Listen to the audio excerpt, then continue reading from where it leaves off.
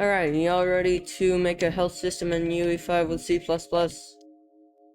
It's optimized at least. Not efficient, but optimized. Well, not efficient with code-wise, and you know what I'm saying. Actor component. Health component. Create trust. This window and stuff. Alright. Okay. Right.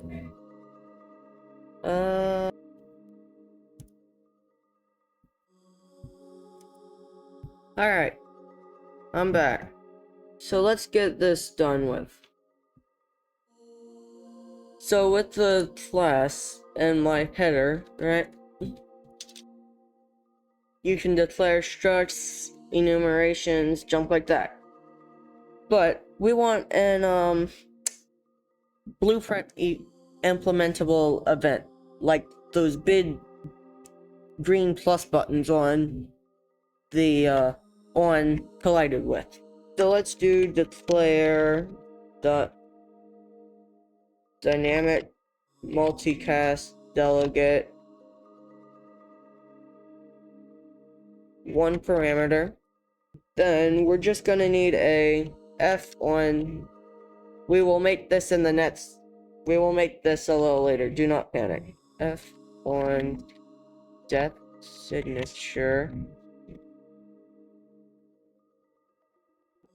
So, guess what this does? This will essentially scream when you're dead, like a 911 call. Except no one will probably care. I mean, you could make it care, but I mean... Alright. Well, let's just get started. So, I'm gonna put it in public so that if you want to, your health bars can access them. So, uProperty,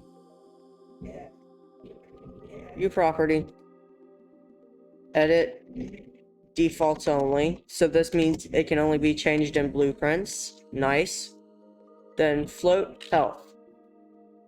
We will default the health values into the constructor. So just use writer's thing. So now that we're here, we're gonna have to have a few things. So primary component tick. So this, do you need it to tick? No, we don't need it to tick. We're not simulating cancer. So now we'll just do health equals 100, right? Then max health will also equal 100. Easy. We don't need this the begin play. I mean, you could do whatever. I won't care. And there's also one more thing. Remember that on death signature? We still need it. So uProperty, then blueprint assignable. This will just assign everything. So a giant big red button, essentially. So now, guess what we're gonna do? We're gonna call this on death, right? Because it only occurs on death. You can also, inside the thing, you can play like funeral music and all that. So now, under protected, we're gonna need a uFunction blueprint callable, right? Then void take damage. Now we're gonna need a few things. Float damage. Actor damager. Implement it. Now let's do this. Health minus subtract damage. Now, what happens? Whatever. So now, what happens when you're essentially dead? But we don't want everyone going into the negative, so let's just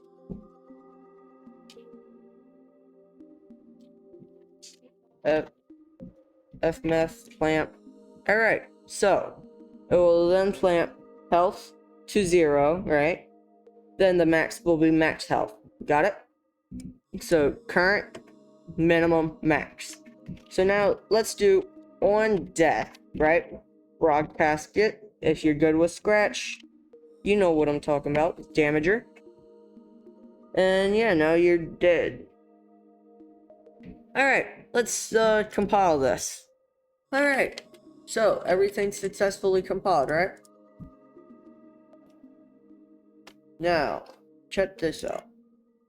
Hop into your blueprint stuff, right? Open up your editor. Very nice.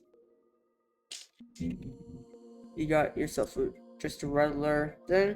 Set up your guy. Oh, look, it screams when you die. Alright, we can delete all that. Then, we'll have a key for X. So, health will take damage. But if you feel like you want something more global, we can do any damage, right? Then just plug that in here. And yeah. But then, so yeah, let's apply some damage, right? We'll just hurt ourselves. 20 will be fine. Damage causer, also self. We're Kurt Cobaining. Then, when we die, we can change this to ragdoll. Ragdoll. Simulate physics. Then, while we're here,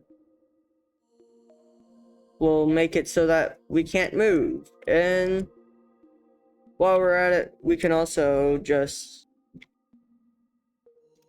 get the name of the killer, print string, and yeah. 2, 3, 4, 5. Congratulations, you're dead.